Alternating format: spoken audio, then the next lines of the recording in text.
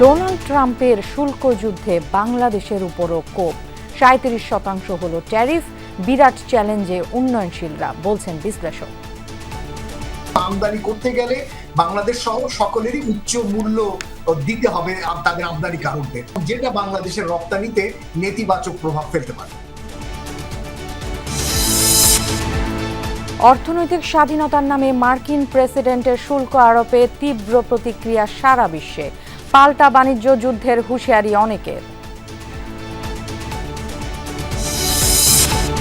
বিমস্টেক শীর্ষ সম্মেলনে যোগ দিতে থাইল্যান্ড পৌঁছেছেন প্রধান উপদেষ্টা। সাইডলাইনে ইউনূস, মোদি বসবেন আগামীকাল।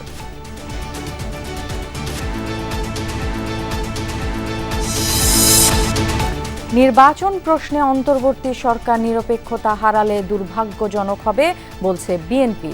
ছাত্র প্রতিনিধিদের পদত্যাগ করে রাজনীতিতে নামার আহ্বান লেবার পার্টি।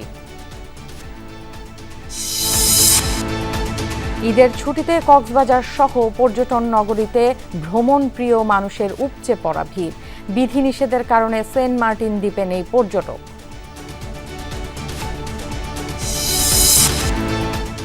জন্মদিনে নিজেকে নতুন উচ্চতায় তুলে নেয়ার প্রত্যয় পেসার